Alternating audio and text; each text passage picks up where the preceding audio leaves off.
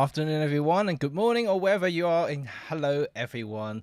This is Jimmy Cheng here from Red 35. It is another episode of Red Hot Talk. Well, Rod Lawton is not here this week, and he's on holiday, relaxing himself, taking a ton of photos, I believe. And I'm here all alone talking to you guys about cameras. And, it's okay. I like to talk about cameras, and today we have something to talk about indeed. It's all about Micro Four Third, and as you all know, we are Micro Four Third community here, and no offense, we also support all kinds of format as well. I am a photographer at the end of the day, so I have no discriminations about any kind of brands and formats or whatnot. All I care about is images. But of course, today is all about Micro Four Third. So I'm going to give a few minutes for people to join in this chat room here. And hi, David, and hi, Calvin. How are you all? And hope you have been actively shooting. And it is very, very warm in London today. You may hear some kind of buzzing noise at the moment because I have a fan blowing directly in front of me. And you see, I'm not even wearing a cap because I'm too hot to wear anything. And it is really, really warm. Although having said that, this year is not as hot as last summer. And last summer, I just didn't know how to cope with that if it happens again this year. But lucky, this summer is not as hot as last year. But this week we have a mini heat wave before this summer finally ends and before autumn arrives. Another opportunity for photography, of course. And a few more people to join. Hello, Colin, and from Washington, UK, and. I can't read that word there. Mark Shell, Adam, and Keith. Fantastic. We've got people from all over. So, yes, and you all seen the thumbnail is about should camera go smaller again? Or more specifically, should Micro Four Third go smaller again? And the reason I say that is because, well, first of all, many of you would agree that Micro Four Third cameras, although it started as small cameras, they have gone bigger, and we know the beast, the EM1X is definitely the biggest Micro Four Third cameras ever, which is the one I'm using right now for streaming. And then, but having said that, another trigger point for me to create today's conversation is because I've been using the GX6, the Panasonic Lumix GX6. As you all know, that I've been using that for photography for the past month or so, and I found it.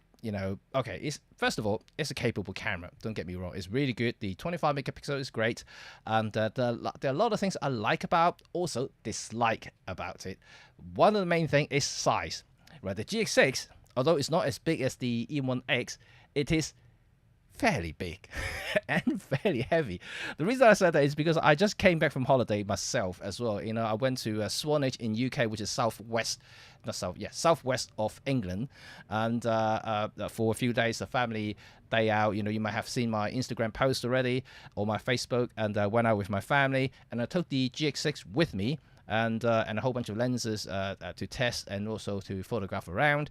And I have to tell you that as soon as I picked up the Lumix GX6, I suddenly felt that I missed Olympus or OM system cameras, because even the OM1, the current flagship within the OM system camera, and is still quite a bit smaller and lighter than the GX6. And I just it's a little bit of a shock, really, and because I was carrying GX6 and it's fine, but I should have actually brought it into the studio here with me so I can show you guys. And but the grip is really big, really thick and chunky. Maybe I just got small hands. I just don't think it fits me as well as the OM system cameras or the Olympus cameras. The more specific, the OM1 or the EM1 series cameras. I think in terms of my hand size, I think the EM1 series or the OM1 series definitely fit me a lot better than the GX6. And I haven't quite have the enough experience with the G9, and many of you may actually let me know how you feel about G9 compared to the OM1 or EM1 series cameras in terms of the grips. And but the GX is definitely quite chunky, and I didn't feel that when I was holding or operating camera, I didn't feel it as comfortable as I was using the OM1 or the EM1 series of cameras. That's one thing. The second thing is definitely the size. The size is quite a bit chunkier. It's very thick, the camera, because of the inbuilt fan, and I don't know what else they have it in there, but it's definitely very thick. And that has another problem that that I have during my travel, is that I found when I put it in my camera bag, the camera bag that I used for this particular trip was the Shimoda, I think is the Shimoda Explorer series, and that bag was really good for smaller cameras, Olympus or OM system, OM1, or even the OM5 cameras, perfect for it. All the slot just kind of tailor-made for it. And I couldn't quite fit the GX6 in it. I had to kind of push it in to fit into the bag. And then I couldn't reconfigure it to the point that I can fit the camera in properly, because the dividers inside the bag is quite hard. It's kind of rigid, one of those rigid kind of dividers, very thin padded thing, not like the old style foamy thing that you can kind of bend a little bit more. This one you can't, and so I found it quite hard to actually fit the GX6 into the camera bag. So that's my problem, and so that's something that I want to share with you guys today, is that why a camera getting so big. And having said that, and you might have read the news already, Sony has just released the smallest full frame camera, not really for photography, but for drone use or some kind of industrial purposes. And so full frame camera is coming down in size. They try to squeeze as much as they can, even though they overheat a lot, but they're still trying to get it smaller. And on the other hand, micro four thirds cameras are getting bigger. And well, the days when we used to see micro four thirds as being the smallest in the entire photographic industry, I mean for interchangeable cameras, and although there were some quirky cameras out there like the Pentax Q series and all the Nikon 1 series, but this is definitely the smallest micro four thirds ever. This is the Lumix, of course, the Lumix GM1, and I love this little guy here. Is if I show you the comparison to why this thing is such a small capable, well, in terms of size wise, why is it so special, is that now this is the size of GM1. This is the Sony RX 100. You can see the size difference here. This guy is actually slightly wider. I mean, in terms of size, the GM1 is crazy. It's crazy small that I think it really showcased what micro four thirds can achieve in terms of portability, right? But then again, after GM1, even Panasonic themselves, they released the GM5. They introduced a little bit more features into it, make it slightly bigger. So in terms of size, this is still the smallest ever micro four thirds camera, and I do like this guy. That's why I have one, and I do wish Olympus would make an equivalent at the time, but they didn't. I mean, they have the other kind of like the Pen Mini, which is slightly bigger. It's still quite small, but definitely not as small as this one here. And if you throw in a little pancake lens onto it, which is like one of these here, or even smaller, those the body cap lens on it, this will become a point and shoot street camera. Really capable, it's very discreet. If you take this one out on the street, people would think that you're using point and shoot. They wouldn't even care about how what you're shooting with. And so my point is about today's chat is, should micro four thirds or any of the manufacturers out there now, Panasonic or OM system, should look back and start creating smaller camera? What about your thoughts about it? Tell me your thoughts about making smaller cameras, because I know we all like capabilities and features. We all like IBIS, we all like a camera that doesn't overheat. You want to do a lot of things. You want to do all this computational stuff which will generate heat, and so you do need, in a sense, a slightly bigger body to having a little bit of airflow in it to cool it down a little bit, depending on how you shoot your stuff. And this is why they always have some kind of like restraint in terms of the design of the camera itself, because an IBIS system, despite you can get it quite small these days, like the OM5 here, and you will find yourself quite hard to implement it in a body size like this small. You can implement digital stabilization, but definitely not a physical IBIS system in such a small body. Although, having said that, I'm not a camera engineer, so like, you know, they may prove me wrong. They can fit something like that in there. Then that will be amazing, right? If you have a camera this size, have 5-axis stabilization. Okay, not 5-axis, 3-axis stabilization in this guy here, plus digital, so you can do a little bit of a running gun filming and all kinds of photography stuff. I would be super happy. I don't even need 20 megapixel. I need 60 megapixel on this kind of thing. Smaller, keep it small, keep it nice and sweet, and this would be amazing. You know, I personally think that, you know, they should. I mean, when I say they, you know, OM System and Panasonic should start considering making a showcase on Micro Four Thirds camera platforms again, just to show the world how small they can go. You know, and this is my personal opinion, and I would like to hear about from you guys as well, just to see you know, like whether you agree with me or not, whether they should go big, whether they should actually throw as many features they can, make it bigger, you know, so they can be one of the best feature capable Micro Four Thirds cameras ever. And you know the compromises here, and when you go small, something has to come out. So, but you know, when you have no restraint in size and weight, you know, like the M1X, you can have dual processor, you can fit a lot of stuff in it. So there's always a compromise there. So if you want to choose a smaller form factor, that means something will have to go. But for me, I don't need it to be full feature. I just need it to be small. And so it can be my second camera. It can be my backup camera that will fit in my camera bag in a slice slot somewhere, because it's just so small. If you like take out the lens, you can immediately see just how tiny this little thing is. Look how thin it is. This is just crazy. And you know, I would like to see something like that. You know, that would be my dream again. And GM1 has been, you know, I don't know how long ago it was launched. I think it was 2015 or 16. I can't remember exactly how long it was now. So it's quite an old camera, but it still takes fantastic photos. Video is a bit iffy, and because it's still got a very slow contrast detect AF, so you can forget about that. There's not much about focus assist and no IBIS and nothing. There is a little bit of digital stabilization, but it's awful. So I'm now using this as basically a backup point and shoot camera, or a kind of like a travel point and shoot camera if I want to.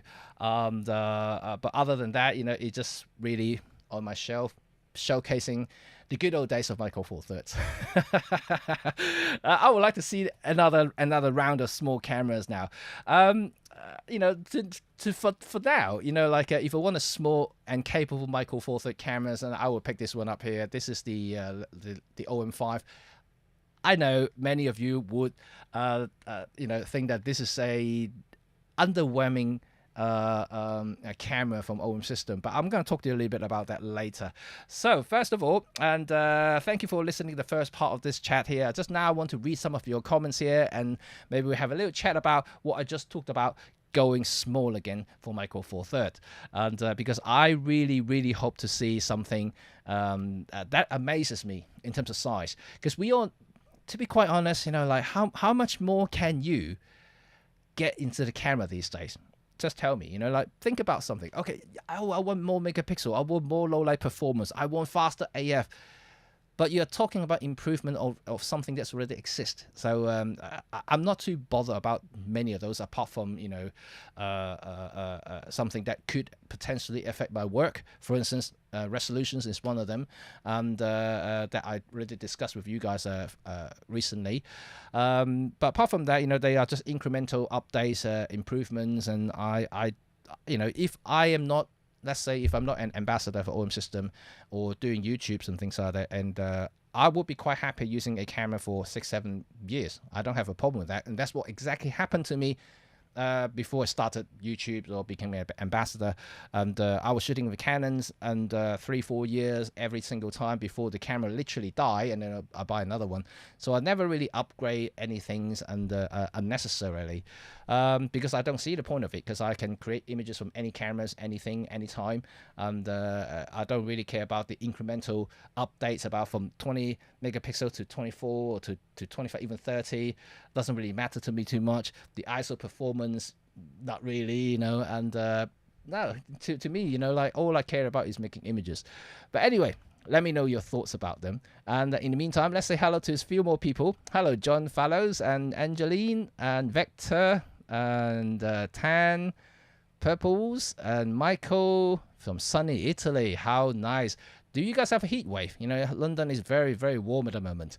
And also, let's see, Mr. Brandon Lowe. Hello.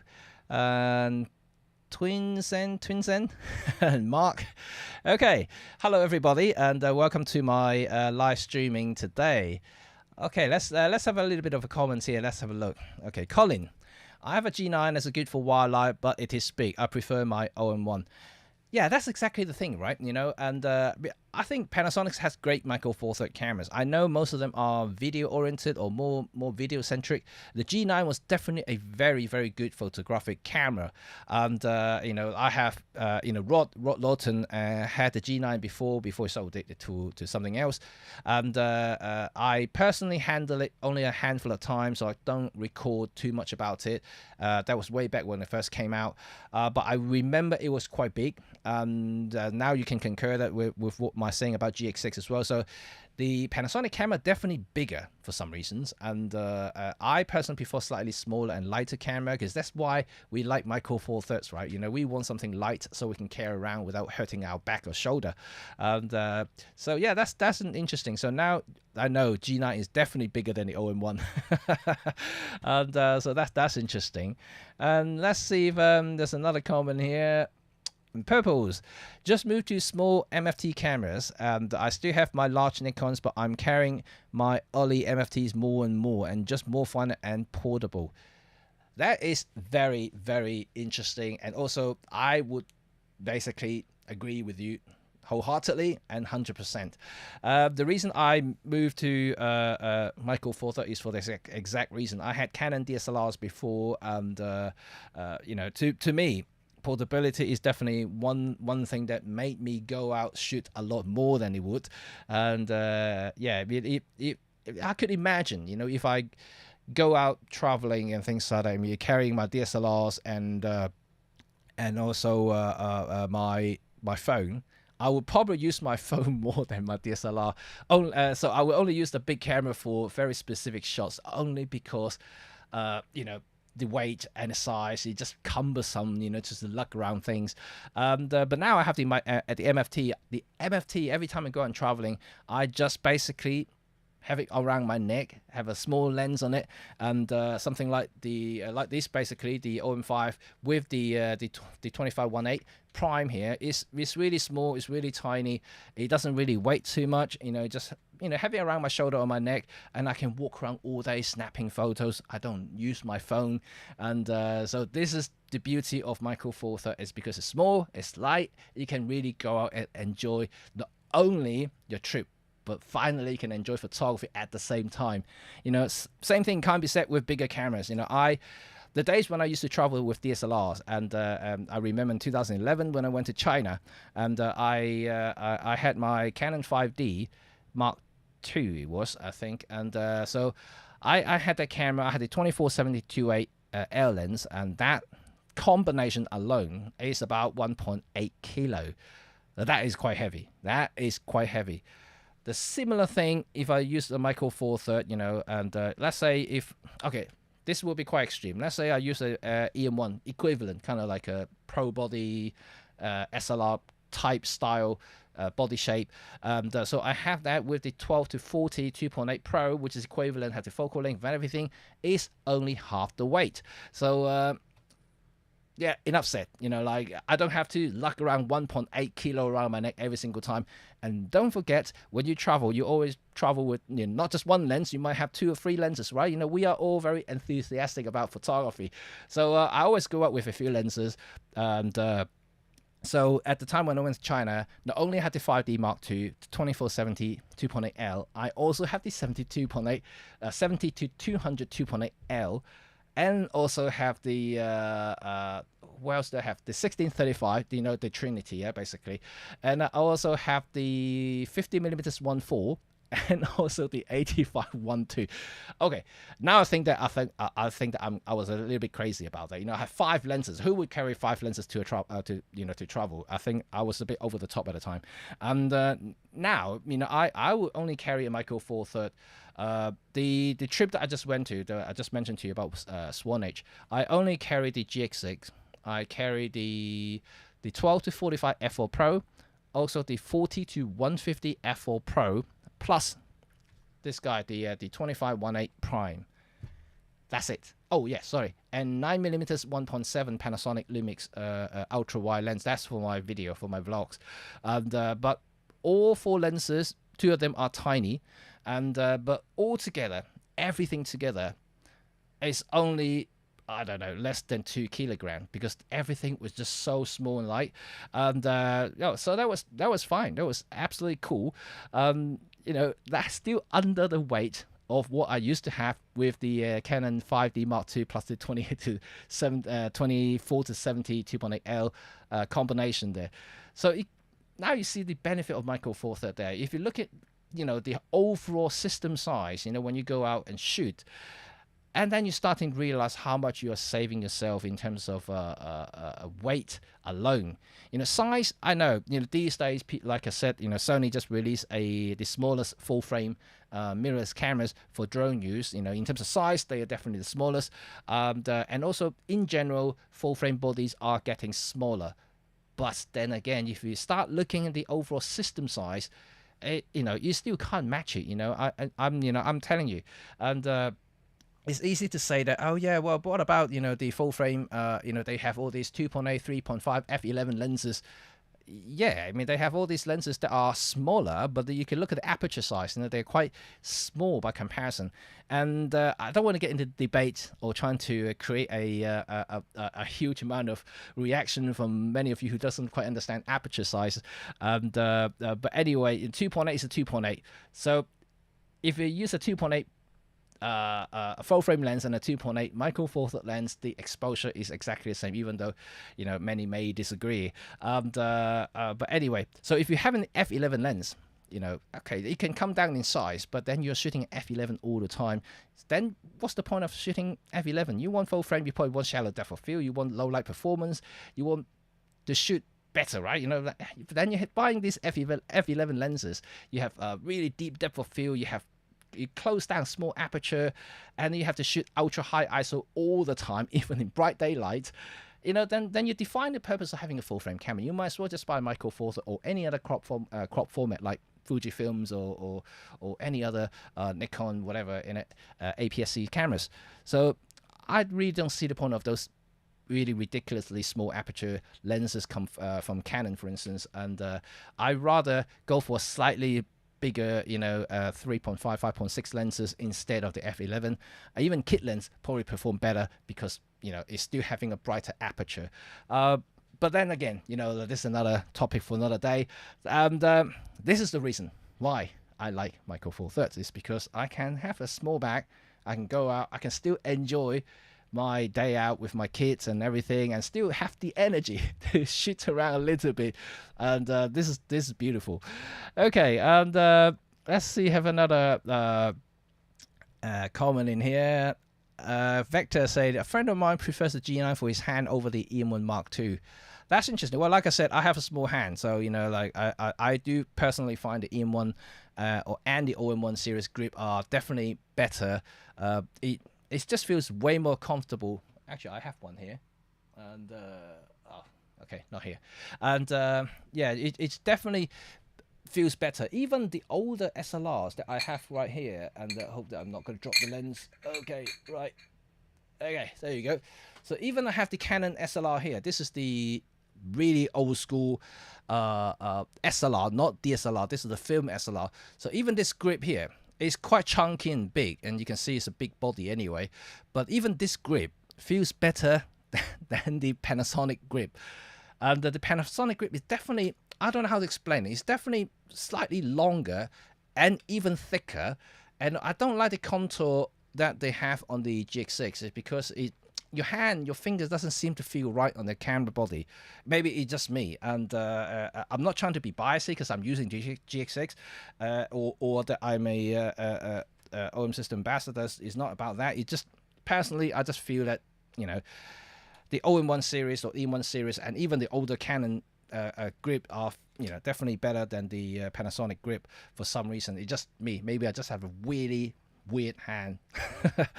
But it's good to know. Like I said, it's also a personal preference.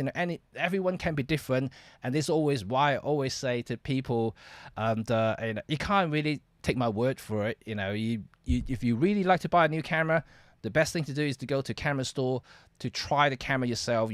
Wrap around your hand there, hold it for not just a couple of minutes, not just holding it, turning around and feel it. Take the camera, ask the camera store people. You can actually go around the blocks or go outside, shoot a little bit, handle it properly. The best thing if the camera store or the camera brand offer like some of them now have these 48-hour test drive and things like that. If they do offer that sort of services, take advantage of it and take the camera, borrow the camera for a day or two. Actually use it, then whether it fits your hands or not. And especially if you're going to use the camera a lot or for a long time, it really does affect you. I personally was always suggest that you go to try out the physical item, then looking at a picture or watching YouTube videos. I know I want you to watch my videos, that's for sure, but don't take my word for it, and just go and hold the camera yourself and try it out. Not just do that in the camera store, because a lot of people do that. I don't know why. They just kind of like squeeze it a little bit. Just look around. No, don't do that. Take the thing out, go and shoot the bloody thing, and press the shutter button and go. Take your memory card, and also you can sample those images when you go home and look at those files and everything. You have the full kind of test on the camera before you decide whether you want the camera or not, and that will always be my advice. And yes, preference. Okay, Adam. Yeah, I agree that to make the GR3 size Micro Four Thirds camera, yes, I would like to see that too. But then again, this guy is much smaller than the GR. This is probably about, I don't know, 2/3 of the size of the GR. And GR is gorgeous, don't get me wrong, it's really nice. But I would like to see something like that too. That's a fixed lens. So if Micro Four Thirds, Panasonic or OM system make a GR kind of style camera with a fixed lens, maybe a, I don't know, 17mm f2 2.8, that would be quite interesting. I wouldn't mind one of those, and I think that it could be quite a good street snapper. Or again, it could be a very good a backup camera, and that would be quite interesting. I do like that. I would like to see that too myself. And Calvin say, I think that camera will get smaller in the future. I have faith in you. I have faith in you. Okay, and that I hope so. I really hope so.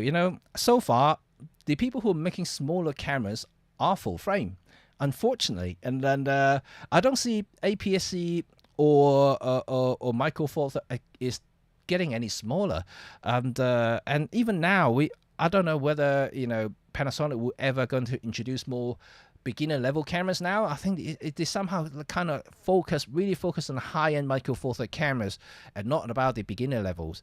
And OM system, at the moment, we're still waiting for the entry level OM system camera. At the moment they have the mid tier, which is the OM5. They also have the top tier, the OM1, and so I'm not entirely sure whether they will, or when they will introduce the supposedly the EM10 Mark IV successor. So I'm not entirely sure when they're going to do that, and if they do, that will be the lightest and smallest Micro Four Thirds camera for now. And unless they're going to bring out another pen, so that's another thing that I'm not entirely sure when or if they're going to continue with the pen series. And I hope so. I really, really hope so. I really hope that they do another pen mini, just when we talked about the small, tiny camera, because they used to have the pen mini, and which is almost as small, not quite as small, and that will be quite interesting. And I would like to see some of those smaller cameras again. And so let's fingers crossed, see that whether they will do something about it, because I think Micro Four Thirds needs to tell the world that we are still the smallest. We are still the smallest, despite that we're going bigger. And we can still do small. We can still do small. Okay. Purples. Huge megapixel wows many customers, but nobody talks about storage and computational needs. If like 1624 megapixel images get what I need without lagging my computer. Well, this is something that I mentioned before. I actually do mention many times about the impact of having higher megapixels, and this is actually another talk we're gonna do with Rod Lawton next week. And so we really talk. We are gonna. So if you guys really want to listen to us and also listen to our experience about high megapixels and the impact not just on your photography, but also on your processing or editing side of it, because it has a huge impact on how you're going to process stuff. And Purple quite rightly so saying about the storage and computational needs, because it is actually very important to understand that. It's quite easy to say that let's go and buy a 50 megapixel camera because it's cool. It is cool, and but then again, I'm not talking about whether you need it or not, but then if you have a let's say a pre 2017 or 18 computer lying around, try to process those photographs in those computers, unless you have a very good and powerful graphics card, you may struggle a little bit, especially if you're using a laptop, and you may find yourself in a little bit of a trouble in trying to process many of those images at once. Well, obviously everyone's slightly different. I batch process my images because I shoot in high quantity for my jobs. So any sort of increase in megapixel could potentially have a huge impact on what I do on a daily basis. So let's talk a little bit about that next week. So I'm not going to drill into that. So if you want to tune in for the same time next Wednesday, and please remember, Rod Lawton is going to come back. We're going to talk about megapixels and how it impacts our photographer's life. Okay, and Tan, and I got the GM1 and the GM5. Ooh, you are lucky. You got both of them and love them all. Light, and they can give beautiful pictures. Yes. And once again, how many times did I say that? And yeah, this guy might be old, and but these cameras can still take stunning photograph.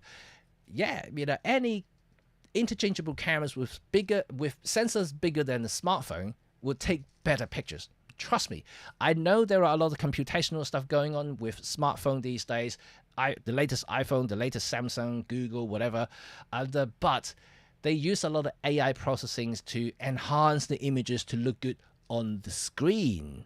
So if you start downloading these photos and start really massaging the files and start playing around with it in Photoshop or Lightroom or whatever program you use, you will then start to see all those artifacts. I can guarantee that.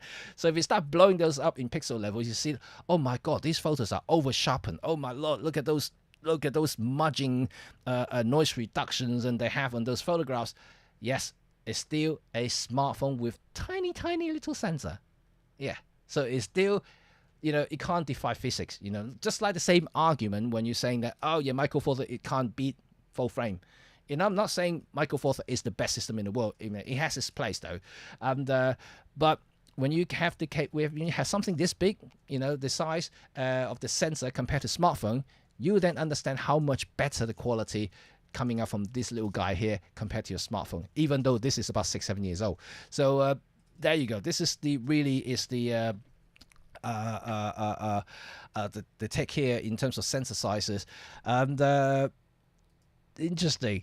Okay, Twinson here. I'm using GM5 and feel so happy to take a photo with it. So another GM5 users. I would like to get GM5 at some point, but I can't seem to find a good one these days, and they seems to be overpriced as well. And maybe I will get one in Japan. Oh yes, I'm going to Japan. So if anyone in Japan next year in between March and April, and I will be there, and so if anyone want to say hi and give me some guidance on where to take photos or videos, and please do let me know, PM me or drop me a line or whatever. I have my contacts on my YouTube page and Facebook, and also any of my my social up here, and you can definitely message me and give me some tips, about where to take better photography in Tokyo. I'm going to Tokyo, I'm going to Osaka and Kyoto, so three places, and for 2 weeks. So I'll be there. Definitely, if I see a GM5 for reasonable price, I might take one from there. Okay, and Mark, a street photography center camera seems to be the perfect fit for Micro Four Third. A fixed lens camera to rival GR and the X105. Do it. I like your saying. Do it. And yes, and I think like OM system possibly will have the better chance or the best chance to take on the GR and the X105 or X100 series cameras. First of all, OM system has the best looking retro cameras, in my opinion, and then it has the technologies to rival any of these two in terms of stabilization, in terms of computational features, and also lenses. I personally still think I know GR is really good. I know X100, the 27mm is also a very good lens, but the G-core lenses are excellent. Thinking about some of these prime lenses that we have already, the 17, the 25, and the 44-1.8, they are brilliant lenses, and G-core can make lenses, and they make all kinds of medical instruments, and they can do lenses. Full stop. They are almost as good, if I'm not saying incorrectly, they're almost as good as Leica lenses, because they were also used to be called the Japanese Leica back in the old days, and it's because they was tiny, they're small, and also optically they're really, really good, comparable to the Leica lenses back in the days. So yeah, if someone gonna take on something like the GR and the X100 series, OM system will have the best chance ever. So I would like, if someone from OM system is listening, please just make something, make something small and tiny that you can rival the GR, the X100, as a street snapper, the professional street snapper, weather seal, IBIS included. Oh my God, that will be a killer combo for street photography. I can guarantee that too. And that will be something I think everyone would jump and buy it. And if they create something like that, yeah, yes. And David Black, the GM series was too small for me because of its ergonomics, and I really like the size of the Pen F. Currently, the OM5 is my small camera. I love it as my companion to my OM1. Yes, I do 100% agree, and it is small. And I didn't say ergonomically is the best because look at that. I can't even put my hand properly on it. It's just so tiny. But what I'm saying is that this guy, perhaps, at the time, it may not be designed for being the best camera in the world.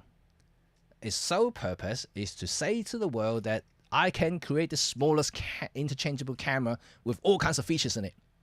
Panasonic did it, and Olympus at the time did kind of like that, the Pen Mini, like I mentioned earlier.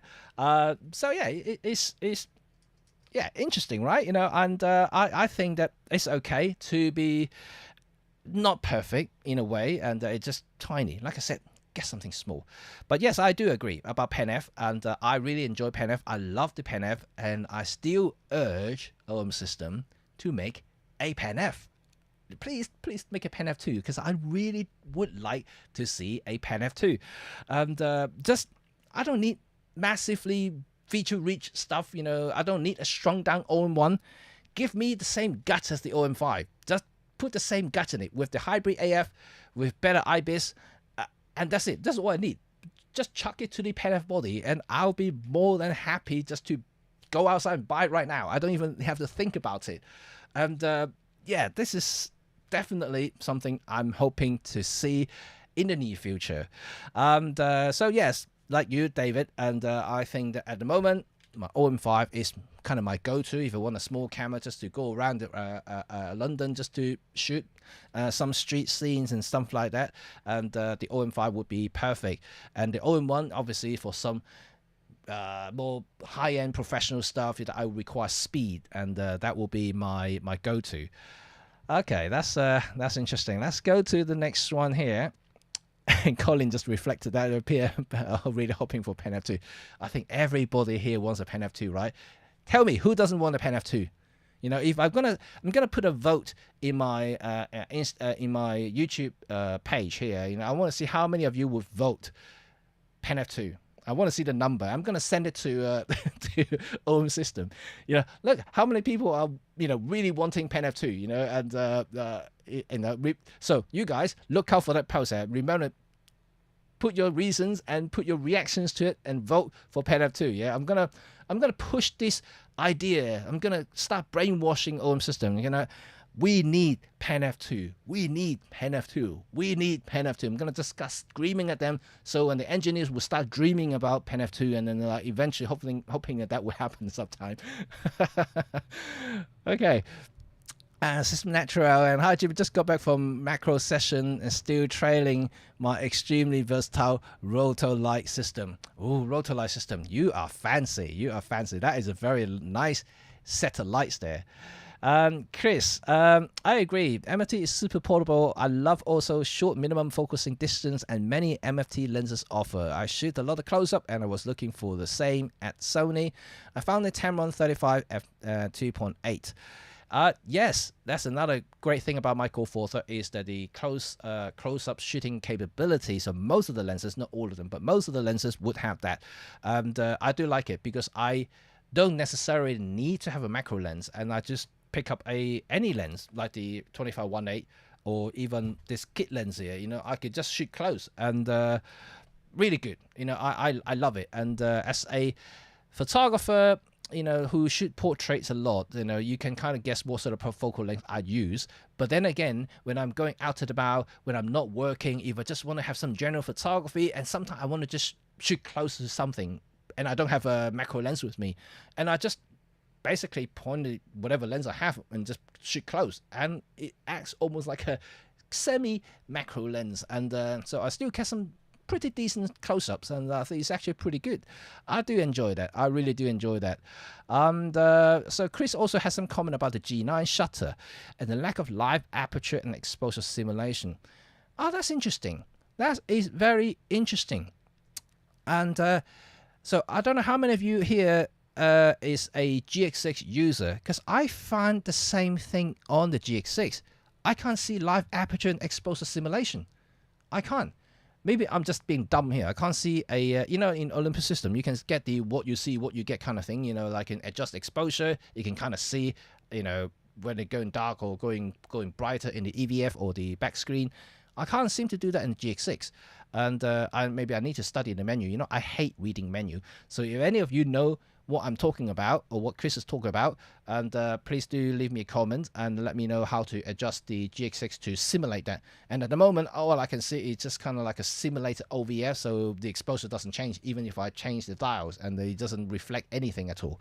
And so I kind of missing that from the OM system cameras, and it makes it for me to judge exposure. I just have to look at the histogram, and something that I sometimes don't like, because I don't really like the histogram, how it represents lights in general. So I just like to see exactly what I'm looking at and just take the shot. Okay, and let's see what else in here. System Natural here, OM system OM1 EM1 have great grip. Yes, great grip. And this is the combined with my custom L grip bracket and holds the rotor light on both. Wow, my goodness, you have a massive setup here. Okay, that is interesting. But yes, the grip is nice. The grip is really, really nice. Hello, N3 Gismel, and I have problem actually pronouncing you. And I have recently bought a Nikon 1 V1 again for family days out. I will continue to own my Fuji and DSLR gear for serious photography. Small body still good, but doubt I'll be allowed to make a return. Yeah, I mean, everyone has their preference, and I'm not suggesting you should ditch everything else and go to Micro Four Thirds. No, I mean, maybe just add Micro Four Thirds to as a secondary or whatever system that if you ever need a small system to go out, still enjoying the quality of photography, and that will be my thing. I've used the Nikon one briefly, and I do like this form factor. It's really small, but then again, it's 1-inch sensor. So it's essentially the Sony RX100, which is why I got one of these guys here. Although I haven't really used it for about 3.5 years now, so it's been sitting on my shelf. It looks like new. I probably used it a handful of times. And okay, for those who don't know me, and I actually started using this camera to film YouTube channel, and way back. But the reason I stopped using it is because yeah, it may be okay, but two things. This thing overheats like mad. If you shoot 4K, this thing overheats in 3 minutes, and then the battery lasts for 5 minutes. That's it. So ridiculous, right? You know, it's like I can't really use this guy here. At best, I can only use it for photography, and but I bought this camera for video. So yeah, you know the story then. You know, that's why it's sitting on a shelf. Okay, and let's see. Small is good if you travel and need to take camera gear and hand luggage on a plane. Yes, and that is why when I go travel, I actually have this guy in my bag, and because if I want to snap something on a plane or something, and I don't have to get the whole thing out from the camera bag and things like that. This is always kind of in my pocket somehow, and that's why I like a small system camera. That would be amazing, you know. And I really just enjoy the form factor, having something that you can just slip into your pocket or jeans pocket, and that would be really cool. Just like the good old days when you have point and shoot cameras. Although we still have point and shoot cameras. Having said that, I'm missing point and shoot cameras, even though they're a big crap. And having said that, I have something coming up, and which stay tuned for my videos on that particular point and shoot camera. Yes, you heard that right. It's a point and shoot camera. You may not have seen it, you may not have heard of it, but I will show you. Okay, Chris. And Sunday I was for a walk with my wife. She wanted a portrait. I've only had a 30 macro on my EM1. Took a portrait and took a photo of my Pixel 7. The distortion was terrible. Took another with Ollie and perfect. Yeah, and there's something about, you know, comparing smartphone these days. Yeah, let's shoot portrait, you know, let's using portrait mode, and then yeah, things starting to go south from there. And use a proper lens, use a proper camera and a proper lens. Okay, Purples, when you're in Japan, tell OMDS to release a Pen App 2. Okay, yes. Maybe I should set up a meeting with OMDS, have a board meeting there, and start talking to them. Yes, we seriously need some inventions there. We need Pen App 2, because you see, all my subscribers, all my listeners want Pen App 2. And you see the number of votes here? We have a petition here. We have about 5.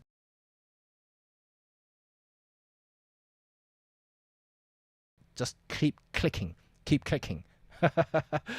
Okay, and Anthony, majority YouTubers always compare the sizes of the camera bodies to how big the system is, and which is incorrect. What makes a Micro Four Thirds system smaller is the lenses that go on the camera body. Thank you, Anthony. Thank you very much for really clarifying that, and also, you know, making it a point. Yes, I keep saying that, you know, the system size is what matter. You know, everybody can get a small camera body. You know, like you find some really small APS-C and also full frame body these days. But look at those sizes of the lens. Look at the size of the lenses. They are ginormous. If you're going for the faster apertures, you know, the 2.8, the 1.4, the 1.2. Forget about 0.95 in the full frame cameras, you know, and you know, just like the Nikon Noct 58mm 0.95, that thing weighs about 2.5 kilograms. Is that, I don't know, it's massive, that thing. No, you know, like no matter how small the body is about the actual mount itself. You know, the actual rear elements, how much of the rear glass needs to cover the entire sensor. It's a circle thing that, you know, I forgot the term of it, and but yeah, you need that size of lenses to basically spread the light into the sensor evenly, and hence the bigger size of the lenses. And you can't defy physics, just like everybody who says, oh yeah, Micro Four Thirds crap at low light, blah blah blah blah blah. Same thing goes reverse about sizes in lenses, because you do need bigger lenses for that light, you know, to go in. And yeah, Okay, yeah, I don't want to get into too technical, and I think something that Rod will probably shed some lights or two next time when he comes back. And but yeah, thank you, Anthony, for doing that. So let's see here, and I just came back from a trip from Tokyo. Ooh, Hakone, Osaka, and Kyoto. Had a blast with my all-in-one. Used the 12 to 40, 4150, and 45 1.2. That would be, well, that would potentially be my setup. So how about that? I'm going to make a series of short videos and coming up to basically ask for your opinion, but also show you my decisions on what gear I'm going to take to Japan. Because at the moment, I'm having a hard time deciding what I'm going to take with me. And I know, I'm probably in a very enviable position here. I have a lot of camera bodies and I have a lot of lenses here, and I don't want to carry all of them. So I can only, and I want to only carry one body and maybe 3 to 4 lenses. I'm not going to over carry myself, and I don't want to lug around 1.2 lenses either. I may only take the 1.8 primes, and that's just because I don't really need 1.2, to be honest. It's travel, and I don't necessarily need the weather seal, and I may keep one weather seal lens, and that's it, maybe the 12 to 40 2.8. So that will be kind of more general purpose. I can still walk around with a weather seal body, and but other than that, all the others can be slightly smaller. I don't mind the compromise there, and I don't need ultra fast aperture, and yeah. So I will be making a series of videos here, kind of talking about what's sort of lenses and other accessories that I'll be taking with me on the trip, and what bag we'll be carrying. So hopefully that will be quite an interesting thing for you guys to see, and if you guys have any other comment suggestion, please do let me know as well, so maybe I'll take that on board and adjust my final pack before I go, and so that will be something I will be looking forward to create. Anthony nailed it, and he's shocked about most MFT are the tiny lenses, awesome and cheap. Oh yes, cheap. We haven't talked about lenses, about price as well. Yes, generally Micro Four Thirds lenses are way cheaper than full frame lenses or even APS-C lenses. Well, smaller things, supposedly cheaper, right? And so yes, it is quite a bit cheaper. I'll give you a quick example here. When I first switched over from Canon to Micro Four Thirds, I sold all my full frame DSLR kits from Canon, the 2 5Ds and the 70 to 50. Keep 70 50, 70 to 200 2.8, 24 70 2.8, 16 35 2.8, a bunch of prime lenses, all of that. I've taken a huge kind of discount from the camera store who offered me to buy the whole load, and because I just want to cash out so I can buy the Micro Four Thirds system, and all of that sold for, I don't know, I can't remember exact figures, but if I work as a percentage, I think I lost about 60% of the cost of my purchase price. So yeah, quite a bit has gone depreciated, and most of my lenses are in relatively good shape apart from the body. The body's bashed up, and but then even so, I sold all of those lenses and bodies, and I used the cash, and all that cash is enough to buy the entire equivalent Micro Four Thirds system, and I still have £20 left. Yay! Wow, I still have £20 left after all that. So it's cheaper by comparison. I know people complain about 1.2 Pro lenses are expensive, but look, if you are looking at the 1.2 Pro lenses or the 1.4 Pro lenses from full frame, you are paying 2 to 2.5 times more money. So there you go, and so all of that money still enabled me to buy an entire brand new set of Micro Four Thirds stuff, and I couldn't be happier. Yeah, I thought I would have to top up some money to get the whole thing, but nope, I actually had sufficient funds. Wow, I know that's something to celebrate.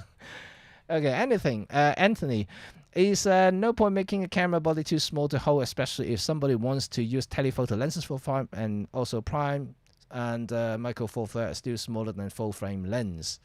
Yes, of course it is. Of course it is. I'm just trying to go through every single one of them now. Live composite mode, it was extremely fun on the OM1 shooting street scenes.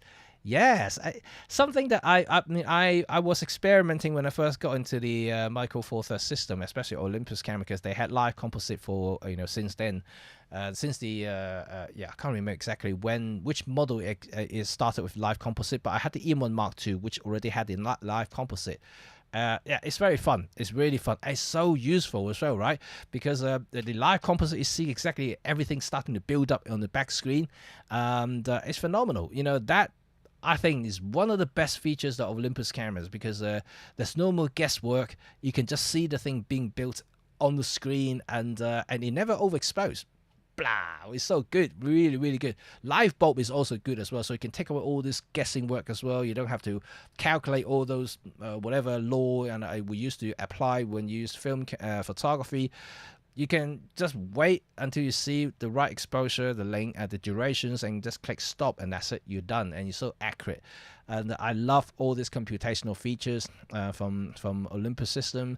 It's fantastic, fantastic. Even though that I'm not a nighttime photographer, but every now and then, if you want to take something like a firework and things like that, these tools, these features are extremely useful, extremely useful. And also, you didn't take a tripod. Well, that's something that I'm thinking about, whether I should take a tripod or not for my Japan trip.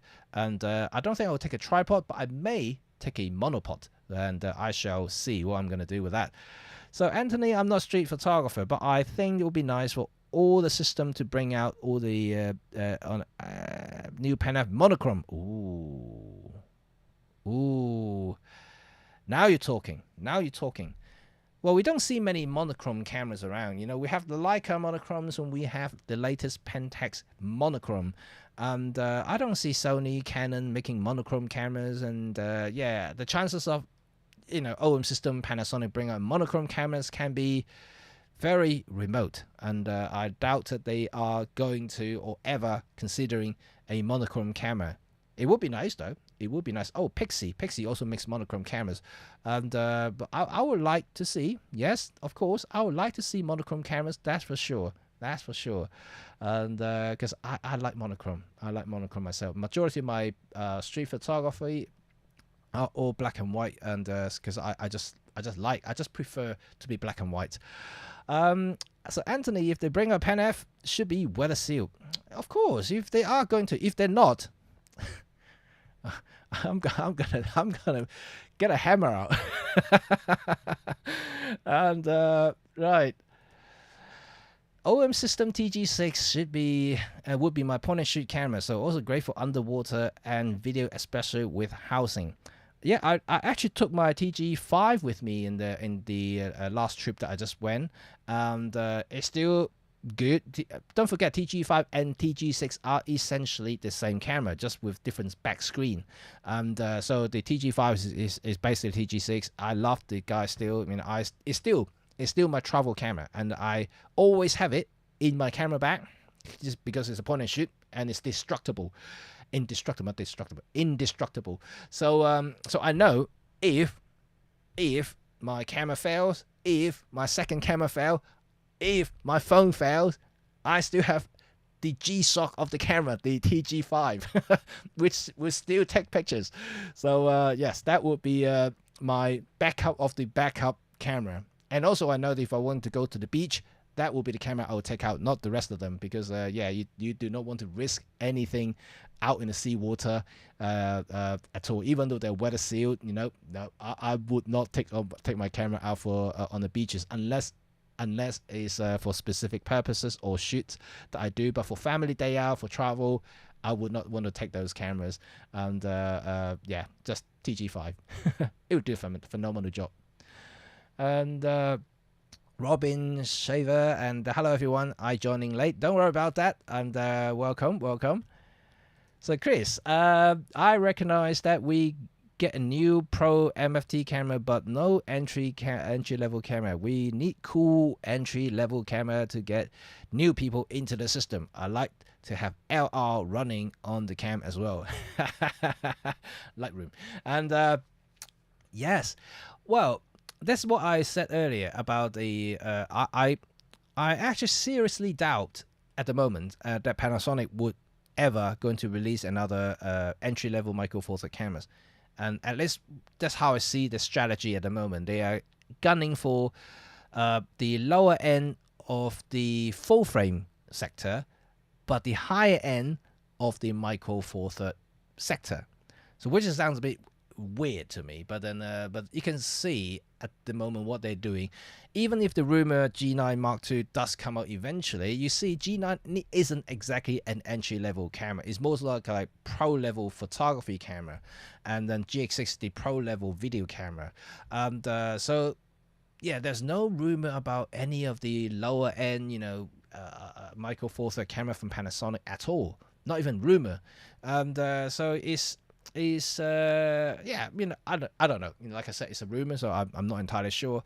But OM System, and on the other hand, I think they could potentially fill the gap, and but I don't think they are placing high priorities either, because you see, and their focus currently is wildlife and also outdoor activities, and because of that, you can kind of see where I'm heading now.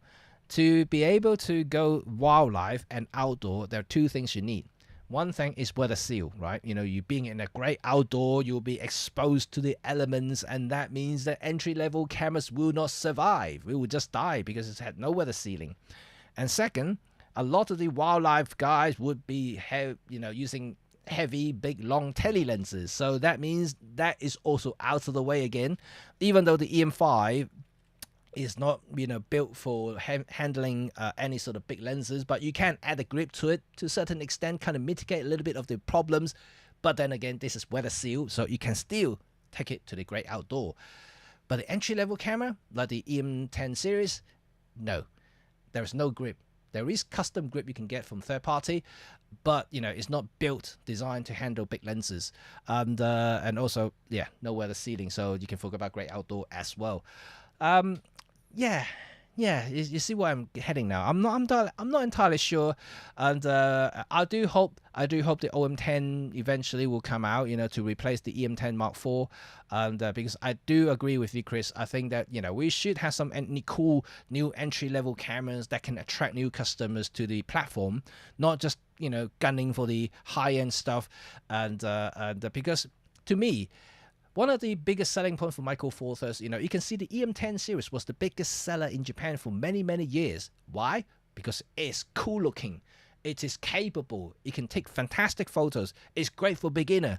And many people who don't even care about brands, in general, they just like the cool look. They just like to take good, decent pictures. And the OM10 was the camera, right? It was the camera. And many progressed from that point onward to become a more serious photographer, and they will upgrade to the EM5 or the EM1 eventually. But the EM10 was what they started, and they got so many new customers into the system. So yes, I think they could potentially get another OM10 out to attract more new customer, just like they did with the EM10, and that will be I personally think it'll be really, really cool. And an entry level camera, yes, and a cool looking one, definitely. And Colin Rain, my hands are tiny for man, and I have to buy a lady's glove, but it's great for small cameras. My hands are quite small, and I do use small gloves a lot, and most of the men's gloves that you can buy off the shelf don't usually fit me that well. And the thing is, I have a reasonable sized palm. I just have shorter fingers, so like all these gloves, they don't usually fit my fingers too well. Always have a little bit of overhang, and just looks a bit weird and odd. So that's why I only buy certain type of brands, because I try them and they fit me, so I'm continuing buying those brands because I know they will fit me. But yeah, it's annoying when you have a weird hand, right? And then just nothing fits, nothing seems to fit.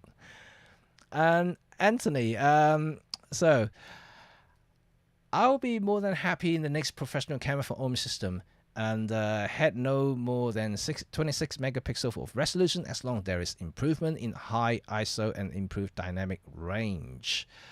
Yes, and who doesn't? But yes, I agree with the megapixels, and I don't mind if they maintain the current ISO performances and also dynamic range, I never really need to complain about them. The reason that I have been shooting with the GX6 recently is only because my agencies that I work for has changed the specifications now, so my 20 megapixel limit is basically gone to the C, and then I have to up the level to 25 just to satisfy my submission requirements. And I know many of you has suggested that, oh, you should just do some AI enlarging thing, you know, from gigapixels or something from Topaz. Yes, I could potentially do that just to make up the numbers so the system will know that I'm submitting a higher resolution files. But then again, that may work for 1 or 2 photos, but definitely not for batch photos, like hundreds and hundreds of them. That would not work for such a workflow. And so unfortunately, the biggest and best solution is to, well, get a high megapixel camera. And lucky at the moment, like Michael Four Third has a high megapixel camera, and that is the GX6, even though it's more a video camera than a still photography camera. But you know, for me, I don't need too much as long as I can control the exposure triangle, and I'm happy. So yeah, that's fine, you know. And I'll be shooting it with all the MG core lenses. Yeah, that's totally fine. All the images look at just like it was, just with high megapixel count. And I still think that there are others that would be satisfied if OM System next camera had a minimum 34. Whoa, okay. Then took out for a 8K video. How many of you would like to see OM System make a video camera? Okay, not kind of a GX6 level video camera, but something that is slightly more capable in video terms. And because I personally would like to see one, only because I do film, I do shoot film and videos these days, and it would be good to just use one brand and one system, because I know, you know, compatibilities and everything like that. And but you know, at the moment the OM systems are great for photography, and but yeah, I would like, you know, a couple of things already mentioned, you know, high megapixel, and also, you know, just maybe some slightly higher end video features throw in, and that will be quite amazing. Let's see if there's any other comments here. Oh, you tried the 150-400, tested it against the 30 f4, didn't find the 150 to be any sharper, but hard to test properly at the camera store. Right, first of all, let me tell you, the 300mm f4 is sharp. Is extra sharp, really sharp. So if you want a 300mm focal length, the sharpest you can get the prime. Like any zoom lenses, there's always a compromise in terms of sharpness and performance there, and especially in the zoom, usually at the long end, that's when the sharpness starting to tail off, and that is a fact in how they design things. And it's really quite rare to see sharpness are consistent through the entire zoom range. The 150-400, I've tested it, and it's great. It's a great lens, don't get me wrong, it's very sharp. But if at 300 at f4, you will find the 300 f4 prime is actually sharper, just marginally. And but the 150 to 400, well, you have that massive range plus the built-in 1.25 times converter, and it's compatible with the 2 times. You know, you are getting a massive range from that lens there, and for the price, yeah, pretty good. Okay, and let's see Robin here. So if a new Pen F used a larger square sensor, it will have more room for pixels and still use Micro Four Thirds mount and lenses. Baby Hassie. Now you're throwing some ideas, some creative ideas here, and maybe OM Systems should make one of those TLRs, digital TLR with a square sensors in it, and yeah, that will be quite an interesting thing, right? And so far I don't see anyone going that route at the moment, and yeah, maybe Hasselblad, you know, and is doing some kind of, you know, larger 4x3 format sensors, and but most of them are still, you know, restricted to 3x2 ratios, and yeah, square sensor, interesting, right? And I still order one though. Oh, you ordered one. Okay. Okay. Oh, did you buy from Japan? And it was around 5,000 US. Really? Now you're making me think. Now, should I order one in Japan? Give me some thoughts. Oh, now you're tempting me. Now I don't want to spend that much money in Japan though. That is a dangerous. That's a dangerous thing you just said there to me, and I don't know. I don't know if I want to spend that much. Okay, the wait is about 6 months, and I'll be flying back to pick it up. And who knows? Maybe I'll run into you. Can I buy it from you? Okay, well, we shall see. We shall see. Remember to show me some of the pictures. I have a little group in Facebook called See the World, and you should be able to see that. And you can submit some photos there and have a look. Although I haven't been active in that group lately, just because I've been so busy this summer. And but yeah, as soon as my jobs are over, I'll be heading back again and start, talking to everybody again. So Anthony.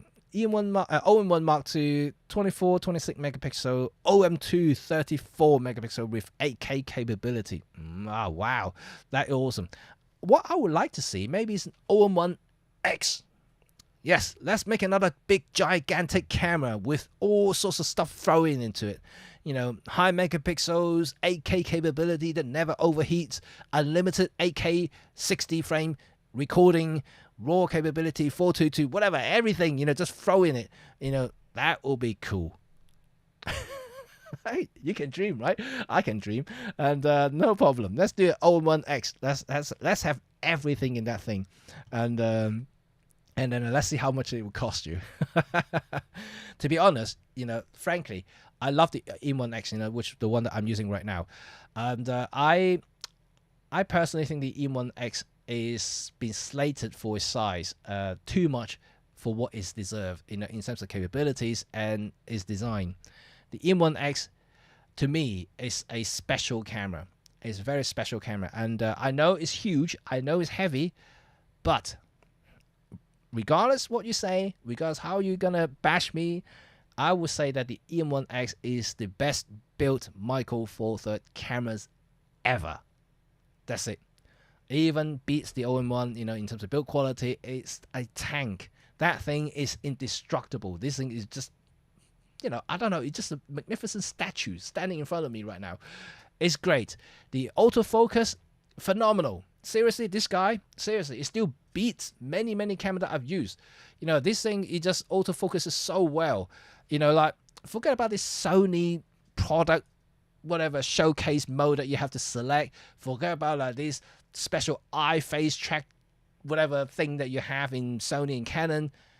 This guy here does it just as well, the M1X, and I can tell you that if you still can manage to buy one nearly new or even new, and a dead stock or something like that, go ahead, buy this thing. This thing is at the moment. Last time I checked, you can get a new one from Amazon for about £800 or £900 in the UK, which is a bargain. It's a bargain. It's a pro level camera with phenomenal AF capabilities, built like a tank. And yes, it doesn't have some of the newer features like the OM1 has, but it's still a very capable camera that will serve you so well for the next 2 decades. I can tell you that. And yeah, I love this camera. And also, as a childhood dream, not quite childhood dream, but since I started photography professionally, I always dreamed of having a big camera for some reasons. And even though we've been talking about small cameras, but the big camera, I don't know, I just wanted a big camera. And I have the E1X, and I just love this guy here, and it would never leave my arsenal here. It was always going to be in my studio somewhere, whether I'll be using it or displaying it, it will always be here. And I just hope if OM System going to make another one, then we'll make a OM1X, and then and that will be quite cool. I would like to see that. So let's say column, and my GR3 is my go-to, and I always have it set on monochrome HD snap focus. I love this camera. Yes, snap focus is really really cool, and it's kind of almost like basically the hyper focus that we used to use, and we preset a certain distance and set it to f8 or f11, and then just snap away, and there is no delay whatsoever. You don't have to wait for the camera to confirm AF, so there is no absolutely no delays, and it's all instant. And I like that features.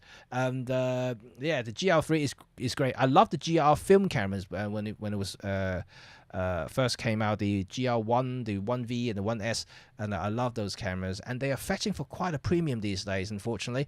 And they I think you could get a brand new one back in the days for like 250 quid. It's yeah, no, you can't get that anymore. And so Vector adding a 10 1.4 41.4 Pro Prime and to join the 21.4 would let the MFT have some small fast lenses. Yeah, and I like the idea, more specifically the 10 1.4, because I would like to see OM system to have a lens that can rival the Panasonic Lumix 9mm 1.7, because I actually use that lens a lot, and because it's small, light, great for vlogging. You know, like I just have to hand hold the distance. I don't even need a little gorilla pod to do vlogging, because that thing is so wide, so I don't have to stretch on my arm just to kind of slightly bend. I can still see kind of like my chest to my head. It's perfect focal length for that sort of thing, and even for some extreme kind of a creative ultra wide shots, like just like the video that I posted 2 months ago, and about using ultra wide lenses. That is something that I believe would be quite amazing if OM system decides to do that.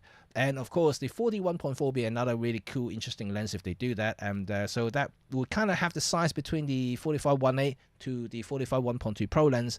Yeah, that would be quite good too. If they have this trio of 1.4s, that would be quite interesting. I like that idea. I like that idea. And hi, Carl. Good afternoon. I am very well, thank you. And just came back from holiday, so I'm all tanned up and tired. I need a few days just to recover from my holiday. You know, I can tell you that just because I have kids, you know, the kids have drained me completely, and I've been doing all the driving. So I did a 5-hour drive, and which is quite a long drive, and so I was so tired at the day when I came back. I literally slept about 12 hours non-stop. Driving. I like driving though. David, I would love to see a Pen F2 if you give me a little more than what the OM5 has. For me, the Pen F Pro will have to be weather sealed, USB-C, PD, TruePic 10 processor. We can all dream on about Pen F2 right now, and yes, and if I speak a little bit more, I may start dreaming about it tonight, and my wife won't be happy about it, because then, you know, she knows that I'm gonna spend more money. I'll be like dreaming and speaking out loud. I want a Pen F2. Oh, Pen F, so sexy, nice. Yeah, not good. I'm into landscape, wildlife, family photos for myself as a hobby, and for frame lenses that are too expensive, heavy. I love the image stabilization that is in the Olympus cameras. Yeah, and I can say that now. Olympus IBIS, definitely one of the best in the world. And if you start using some cameras that without IBIS, just like I did with my Nikon ZF-C, that thing has got no IBIS in it, and I suddenly realized how much I relying on the IBIS to do my photography these days. And yeah, I'm not joking. You know, I started my photography in film, so I never had any sort of IBIS. You know, it has lens IS, and but lens IS is totally different to IBIS system. And I can tell you that, you know, I lucky because I started in that scenarios. I never kind of took the extreme in terms of shutter speed to make and to do a steady shot. I still use the same kind of rule still applies to all my focal length and shutter speed, and so I never kind of have to worry about movement too much. But then again, in terms of viewing through the EVF or the back screen, and you start to notice how much shake you are actually introducing when you're holding the camera without IBIS. And I actually totally forgot about that, because I'm so used to seeing stabilized projections through the EVF these days, I just find it quite weird to look at something that without IBIS. So when I use the ZFC, even though I bought that camera for nostalgia purposes, and I actually find it quite hard to shoot sometimes because, especially with longer lenses, and it's just crazy how much shakes it was in the when I'm holding the camera, and so yeah, IBIS, and is something that we are so used to these days. Burana, oh, hello, how are you? Haven't seen you for a while. Yes, indeed, it's been a long time to catch me live. Yes, it's been a while. So lucky for you to join me today. So that's good to hear from you. Gosh, I want an All-in-One X so badly. Someone share my enthusiasm. That's really good. Okay, almost there now. And okay, and maybe the G9 II will be announced next week. You never know. You never know. If it does, that'll be really exciting to see what Panasonic has on board. That will be and maybe a high megapixel count. I don't know. Maybe I don't know. That'll be something to start dreaming about. Because if it's imminent, you never know. Well, Anthony, I love the build quality of my camera. I live in northern Canada where the winter temperature is normally -15. Without the wind chill factor, it can get as cold as -35. Well, I never get that cold in London.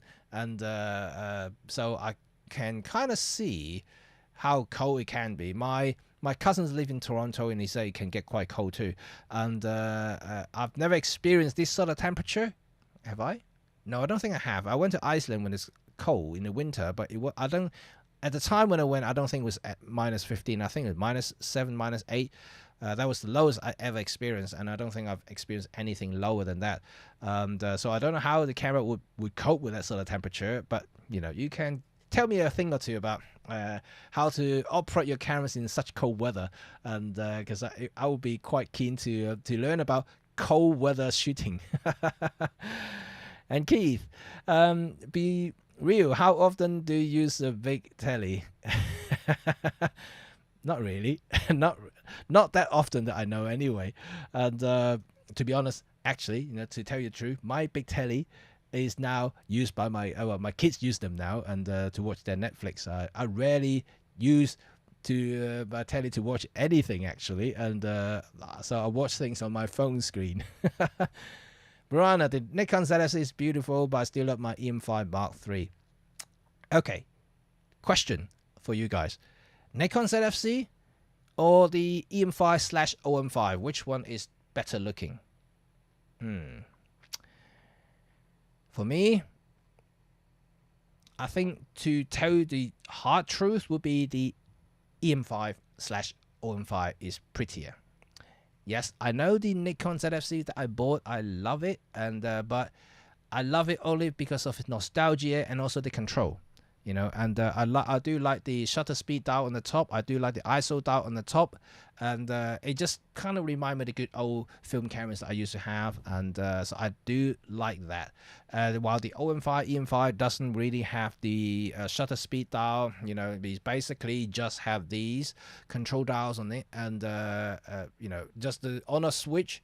And also the mode dials, and all the shutter speed and triangle exposure triangle will be controlling by the 2x2 dial, the front and back dial there, and so that's basically it.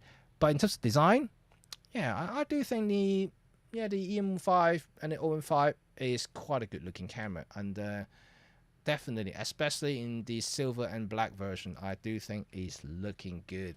And every time I carry this guy out, there are so many people asking about this camera, and I have even got chatted up by a few ladies, and in a bar. So if you want to create conversation, just so you know, buy one of these, hang around your neck, just be cool, look like a hipster, and then they will start talking to you. Oh, you're a photographer? Yeah, can you have a photo of me? Of course I can. Just take a 24 1.8. You can get some really low light shot too, with nice shallow depth of field, a little bit of bokeh, the subject separations, and they'll love it. Anyway, this is a pretty good, interesting conversation today, and so I hope you guys are all well. So now is general free time. You know, if you guys want to ask me anything, talk about anything, and it is the time right now. But let me start off with one final thing that I want to talk about, and before I throw the ball to you guys, and let me know what you guys think about today's chat, is that do you think the OM5/EM5 camera is an underrated camera? And the reason I said that is because every single time since the EM5 Mark 1 and Mark 2, those two were revolutionary. And but when the Mark 3 came out, I heard a lot of people were disappointed for not having more stuff. And then when the OM5 came out again, it had the same reaction. Yeah, it's just a shrunk down version of the EM1 Mark 3. Indeed it is. And but then you have the much smaller body, a better looking body, and it has the same gut. So what is not good about it? Because the EM1 Mark III is a phenomenal camera. At least I know. At least I think it is. And because I have been using the EM1 Mark III for 2.5 years professionally every day, so I know how good the camera is. So I know if I have the same gut in a smaller body, yes, definitely. And I think the OM5 is definitely an underrated camera because people are just not satisfied with how capable it is in such a small form factor. And you know, I personally believe the OM5 is definitely the best value for money camera for that sort of quality and also capabilities. And I know you can argue, yeah, you can get cheaper full frame camera, APS-C camera for, you know, whatever, you know, you can compare how you like it. But for me, because I've been using the EM1 Mark III for such a long time on a daily basis to shooting professionally, and I know if I have the same camera in a smaller form factor, if I ever need a small camera out and about, and then this guy would definitely perform to the level that I like. And so there you go. Because I know you can, yes, you may be able to get a full frame camera for slightly cheaper prices these days, but then again, it will have a lot of restriction, so to speak. It's not going to be weather sealed. It's not going to be better built. It's not going to be having the fast speed and things like that. Because, for instance, ZFC has a mechanical and electronic shutter speed capped at 1/4000. Crazy, right? You know, 1/4000. And at least this guy 1/8000 mechanical and also 1/12,000 in electronic. So yeah, people may not notice these things until they start using the cameras, and you know, unless you know your photography, then you know exactly what you're looking at. But for me, having a capable gut in a smaller form factor is always a winner for me, and that is why I think the EM5 Mark III and the OM5 are definitely underrated cameras, because people weren't satisfied with the specifications. But you can always overlook the specification. You just have to feel for it. Make sure that you try out the camera, like I said earlier, and then realize that, yeah, it's actually a pretty cool camera. And oh, okay, we've got new people joining. Yalanko, is how you pronounce your name? Sorry if I mispronounce your name. Please do accept my apologies. Hi from Finland. I've used the pen app many times. -30 Celsius, which is -31 F, with no problem. Just keep the spare battery in warm pocket. Yes, I heard about the keeping the battery warm is definitely something to bear that in mind. Yeah, okay, that's interesting to know. Because I would have thought if you shoot in extreme cold weather, the shutter or something would freeze up, and then it just stopped functioning. And I don't know. Somehow maybe I just watched too many sci-fi movies, and that's how I thought the camera would behave in extreme cold weather. But apparently not. By the sound of it, -30 Celsius. That is quite cold. And yeah, but battery I know is an issue. So yeah, I guess that if you're using a Pen F or even the EM10 or the OM10, EM5 or the OM10. What am I talking about now? The EM10 and the OM5. You know, they have this tiny battery there. These camera, this battery doesn't really last that long anyway. So if you are shooting in extremely cold weather, yeah, these can be quite dangerous, and because you can't use them for too long, and so yeah, bring not a few, a lot more, and keep them all in your pocket, keep them warm, and they should be able to last you a little bit longer. Okay, and let's see what else in here. And Chuck, hello Chuck.